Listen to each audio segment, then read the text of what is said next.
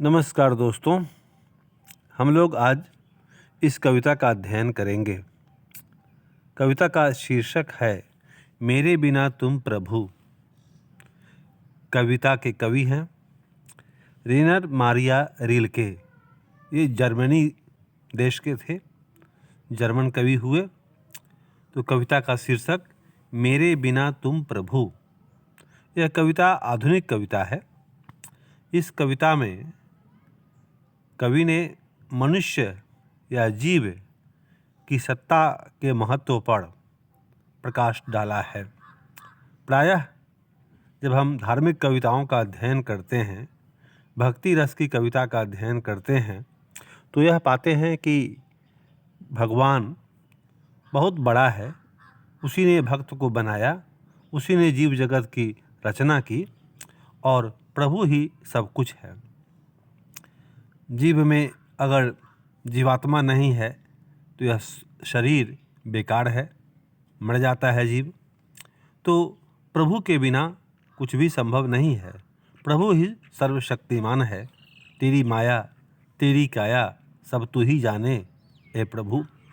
तो लेकिन आधुनिक युग में बात ये होती है कि व्यक्ति या जीव के महत्व को भी उजागर किया जाता है। मान लीजिए कवि का ये कहना है कि भगवान की भगवत्ता या भगवान की सत्ता तभी तक है जब तक कि दुनिया में और जीव हैं, उसकी कृति है, रचनाएं हैं, तभी तक उसकी महत्ता है। जैसे अगर गांव में कोई मालिक है तो नौकर हैं इसलिए वह मालिक है। नौकर ना हो, अगर कोई केवल मालिक एक हो, अकेला हो, तो क्या मालिक को कोई मालिक कहने वाला मिलेगा? नहीं मिलेगा।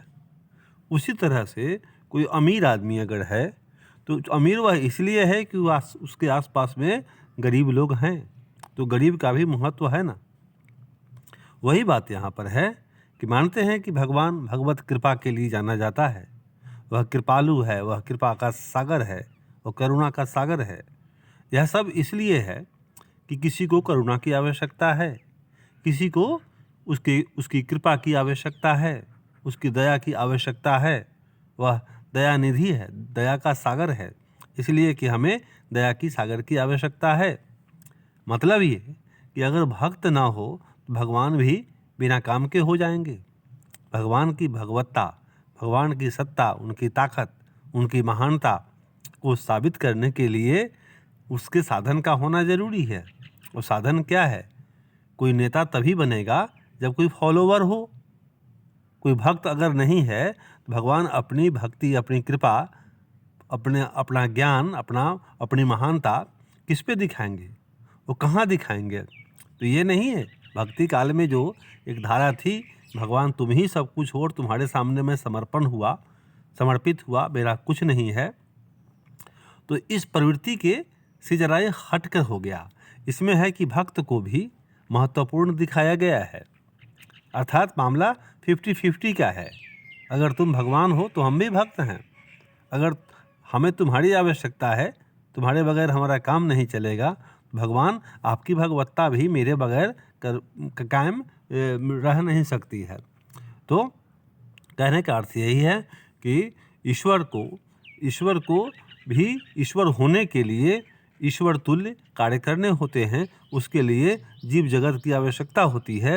अगर उसकी कोई कृति यहाँ नहीं होगी तो उसको याद कौन करेगा? अगर भक्त नहीं होगा तो भगवान की भक्ति का महत्व क्या रहेगा? तो इसीलिए इस कविता में हम लोग इसको देखेंगे। अर्थात इसमें कवि का कहना है, कविता का सारांश इस रूप में कहा जा सकता है कि यह कविता महान जर्मन रेनर मारिया रिल्के द्वारा रचित कविता का हिंदी कवि धर्मवीर भारती द्वारा भाषांतरित कविता संकलन देशांतर से उद्धृत किया गया है। इस कविता में कवि ने भगवान का अस्तित्व भक्त पर स्थापित करते हुए कहा है कि बिन भक्त के भगवान निरुपाय होते हैं। अर्थात भगवान भक्त पर ही निर्भर हैं। हे प्रभु, हे प्रभु, जब मेरा भक्त का अस्तित्व नहीं रहेगा तो आप क्या करेंगे? मैं तुम्हारा जलपात्र टूटकर बिखर जाऊंगा, अथवा मैं तुम्हारी मदिरा सूख जाऊंगा या स्वादहीन हो जाऊंगा तो तुम क्या करोगे? हे प्रभु, मैं तुम्हारा वेश हूँ, तुम्हारी वृत्ति हूँ, मुझे खोकर तुम अपना अर्थ ही खो बैठोगे। सही माने में मैं तुम्हारी पहचान हूँ। हे प्रभु, मेरे बिना तुम गृहहीन मंदिर बनवा करके तो हमने ही दिया है, भक्तों ने ही तो चंदा वसूल के मंदिर बनवाया। तो गृहहीन निर्वासित तुम्हें जगह नहीं मिलेगी, स्वागत विहीन हो जाओगे। भक्त जो तुम्हारे लिए पलक पावड़े बिछाए रहते हैं वो नहीं हो तो तुम्हारा स्वागत कौन करेगा? मैं तुम्हारी पादुका हूँ, खड़ाऊँ हूँ, मेरे बिना तुम्हारे चरणों में छाले पड़ जाएंगे, वे लहूलुहान होकर लौटेंगे, भटकेंगे। हे प्रभु, तुम्हारा शानदार उतर जाएगा लबादा जो तुम्हारा है, चोगा जो पहनते हो, जो ये आवरण है तुम्हारा, ये व्यापकता की जो मिसाल दी जाती है वह क्या है? वह उतर जाएगा, तुम्हारी भव्यता खंडित हो जाएगी। हे प्रभु, तुम्हारी कृपा दृष्टि जो कभी मेरे कपोलों ललाटों की नर्म शैया पर विश्राम करती थी, निराश होकर वह सुख खोजेगी। दूर की चट्टानों की ठंडी गोद में सूर्यास्त के रंगों के घुलने का सुख जो मैं देता था वह कहाँ मिलेगा? हे प्रभु, मुझे आशंका होती है, मेरे बिन तुम क्या करोगे? तुम कुछ गलत तो नहीं कर बैठोगे? तो भगवान के लिए भी भक्त चिंतित है। भक्त अपनी उपयोगिता सिद्ध करता है और यह है स्व की पहचान, स्वत्व की खोज। भक्त अब पूर्णतः भगवान को ही सब कुछ नहीं मानता, वह भगवान का अपने आप को अंग मानता है, हिस्सा मानता है। भगवान की भगवत्ता इसलिए है कि भक्तों की पहचान है, भक्तों का अस्तित्व है। तो ये आपने पढ़ा, मेरे बिना तुम प्रभु, जब मेरा अस्तित्व न रहेगा प्रभु तब तुम क्या करोगे? जब मेरा अस्तित्व न रहेगा प्रभु तब तुम क्या करोगे? तुम क्या करोगे भगवान? अगर मैं ही न रहूँगा तो कौन तुझको भगवान कह के बुलाएगा? कौन तेरे लिए भजन गाएगा? कौन तुम्हारे लिए फूल चढ़ाएगा? कौन तुम्हारे लिए मंदिर बनवाएगा? कौन तुम्हारे लिए तुम्हारी पूजा करेगा, तुम्हारी उपासना करेगा? जब मैं तुम्हारा जलपात्र टूटकर बिखर जाऊंगा। जल जिसमें रखते हैं उस पात्र को बोलते हैं जलपात्र। तो जलपात्र अगर नहीं है तो जल कहाँ रखा जाएगा? तो मान लीजिए जैसे जलपात्र जल के बिना व्यर्थ है, तुम्हारा जलपात्र बिखर जाऊंगा अगर मैं, तो तुम कहाँ रहोगे? जल कहाँ रहेगा? भक्त नहीं रहेगा, भक्त टूट गया, बिखर गया तो उसमें भगवान कहाँ रहेंगे? इसलिए भक्तों को प्लीज़ टूटने मत दीजिए। जब मैं तुम्हारी मदिरा सूख जाऊंगा, मान लीजिए कि आप मदिरा का पात्र हैं और मैं ही मदिरा हूँ, भक्त ही मदिरा है। अगर मदिरा ही सूख जाए और स्वादहीन हो जाए तब आप क्या करेंगे? तब तो उस पात्र का भी कोई मतलब नहीं रह जाएगा। तो अगर मैं वस्तु हूँ, अगर मैं ध्येय हूँ, तब भी आप मेरा महत्व समझिए, और अगर मैं आपका साधन हूँ तब भी आप मुझे अस्वीकार नहीं कर सकते हैं। तो 50-50 का मामला है, ये मत समझिए भगवान सिर्फ आप ही हैं, मैं भी हूँ। भगवान हैं तो भक्त भी है, और भक्त हैं तो भगवान भी हैं। मैं तुम्हारा वेश हूँ, आपकी वेशभूषा हूँ, मेरे ही द्वारा लोग जाने जाते हैं। जब द्रौपदी ने भगवान कृष्ण को पुकारा कि उसकी साड़ी खींच रहा है दुशासन, तो वह लौट करके वो भगवान वहाँ से दौड़े दौड़े आए और अपनी द्रौपदी को बचाए, उसकी आबरू की उन्होंने रक्षा की। तो क्या हुआ? उस द्रौपदी के द्वारा भगवान ने अपनी भगवत्ता सिद्ध की, अपनी सहायता करने की भावना को जाहिर किया। और जब भी कोई उसके बाद दीन दुखी संकटग्रस्त प्राणी प्रभु को याद करता है तो उसको यही वह कहता है कि जैसे आपने द्रौपदी की आबरू बचाई वैसे ही मेरी बचाइए। तो उदाहरण जो उन्होंने पेश किया, एग्जाम्पल जो पेश किया, वह एग्जाम्पल द्रौपदी के रूप में साकार हुआ। तो कहने का अर्थ यही है कि मैं तुम्हारा वेश हूँ। अगर द्रौपदी नहीं है तो वह घटना किसी को पता नहीं होती। तुम्हारा वेश मैं ही हूँ, तुम्हारी वृत्ति हूँ मैं। मुझे खोकर तुम अपना अर्थ खो बैठोगे। भक्त नहीं है तो भगवान नहीं है, नौकर नहीं है तो मालिक नहीं है, गरीब नहीं है तो अमीर नहीं है। ठीक है, कोई बड़ा इसलिए है कि कोई छोटा है, कोई देने वाला दाता इसलिए है कि कोई लेने वाला याचक है। मेरे बिना तुम गृहहीन निर्वासित होगे। गृह मंदिरों को मैंने ही बनवाया। ईश्वर के लिए जो पूजा स्थल है उसका निर्माण लोगों ने ही किया, भक्तों ने ही किया।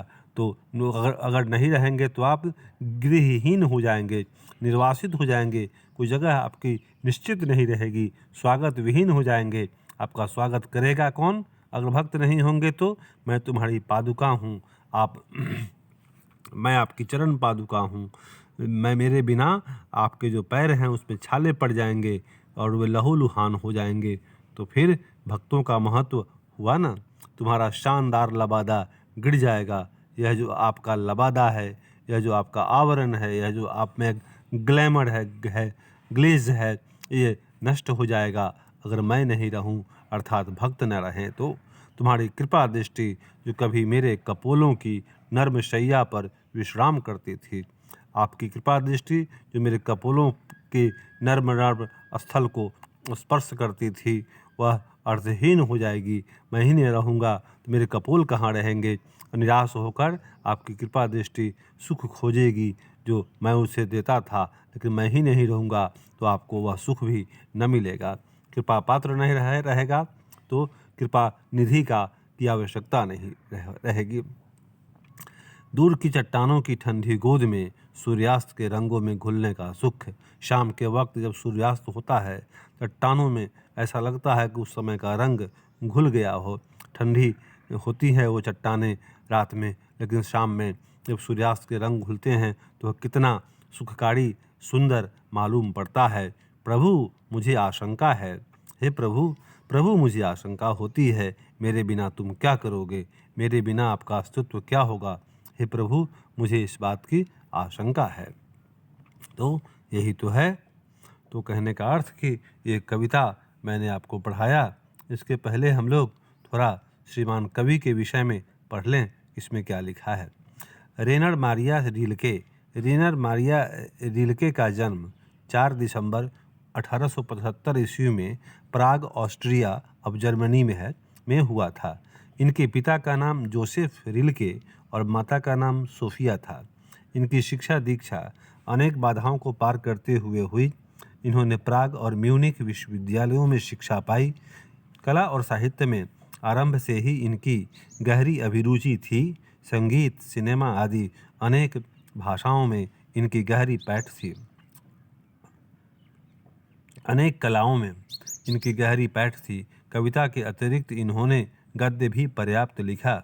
इनका एक उपन्यास द नोटबुक ऑफ मॉल्टे लॉरिड्स ब्रिज और टेल्स ऑफ ऑलमाइटी कहानी संग्रह प्रसिद्ध है।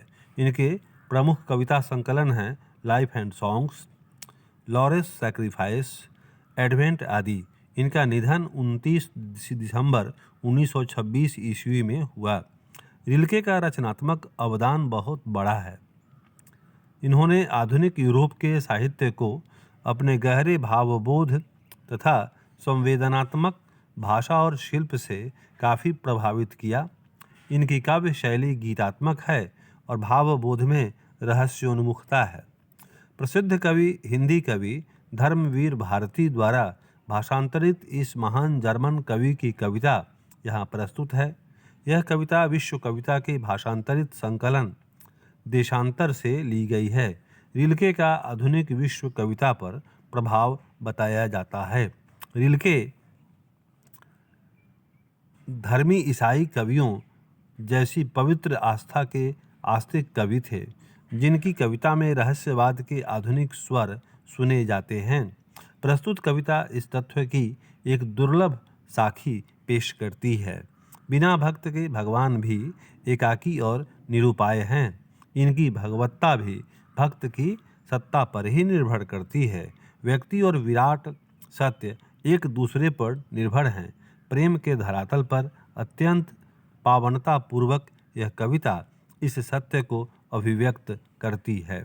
तो इसके बाद जो महत्वपूर्ण प्रश्न हैं इनको हम लोग देखेंगे, क्योंकि प्रश्नोत्तर तो आवश्यक है ही। बोध और अभ्यास, बार बार कहता हूँ, बोध होने के लिए अभ्यास करना जरूरी है। ज्ञान हो जाए इसके लिए प्रैक्टिस करना पड़ता है। Practice makes a man perfect. कवि अपने को जल, पात्र और मदिरा क्यों कहता है? तो जैसे जल पात्र के बिना जल बिखर जाता है अथवा प्याला का मदिरा सूख जाए तो प्याला अस्तित्वहीन हो जाता है, उसी प्रकार भक्त के बिना भगवान बिखर जाते अथवा अस्तित्वहीन हो जाते हैं। उसी प्रकार भक्त के बिना भगवान का अस्तित्व समाप्त हो जाता है। यहाँ पर जल पात्र और मदिरा का प्रयोग भक्त के लिए हुआ है। कवि भी भगवान का भक्त है, अतः अपने को जल, पात्र और मदिरा कहता है। आशय स्पष्ट कीजिए। मैं तुम्हारा वेश हूँ, तुम्हारी वृत्ति हूँ, मुझे खोकर तुम अपना अर्थ खो बैठोगे। भगवान का आधार भक्त होता है।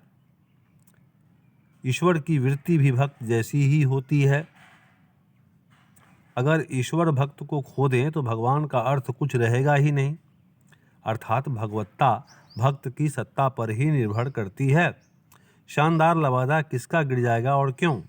शानदार लबादा ईश्वर का गिर जाएगा, क्योंकि भक्त के नहीं रहने पर ईश्वरत्व ही समाप्त हो जाएगा।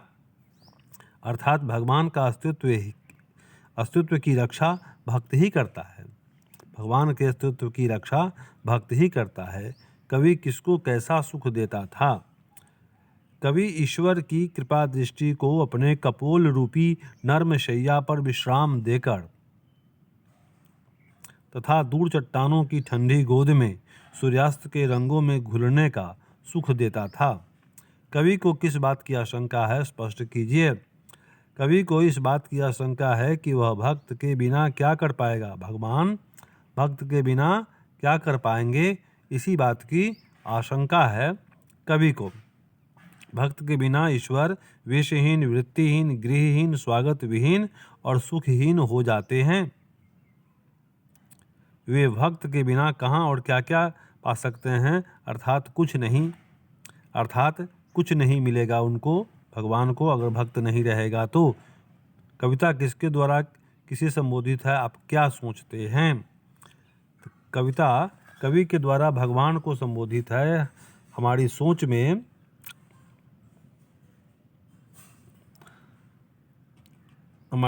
में कवि महान आस्तिक थे। भगवान पर उसे पूरा विश्वास है और वे भक्त से अलग नहीं हैं, दोनों एक दूसरे के पूरक हैं। कविता, ये आपको प्रश्न संख्या 7। मनुष्य के नश्वर जीवन की महिमा और गौरव का यह कविता कैसे बखान करती है, स्पष्ट कीजिए। तो मनुष्य का जीवन नश्वर है। इस नश्वर जीवन की महिमा और गौरव भगवान की भक्ति करने से ही होता है। नास्तिक मनुष्य भक्त कृपा दृष्टि का पात्र नहीं हो सकता अथवा भगवत तत्व की प्राप्ति से ही ईश्वर मनुष्य का नश्वर जीवन सार्थक हो सकता है। अतः स्पष्ट है कि यह कविता मनुष्य के नश्वर जीवन की महिमा और गौरव का बखान करती है। कविता के आधार पर भक्त और भगवान के बीच के संबंध पर प्रकाश डालिए।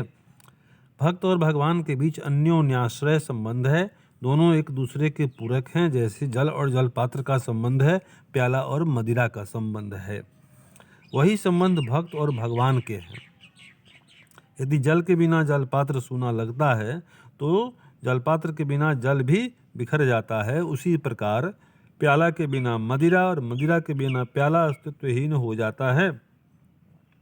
ठीक है, तो मेरे दोस्तों, ये आपको यहाँ तक हुआ, फिर वीडियो आएगा, आप उसको देखते रहेंगे। आप इसको सब्सक्राइब करें। Thank you for viewing. Have a nice day.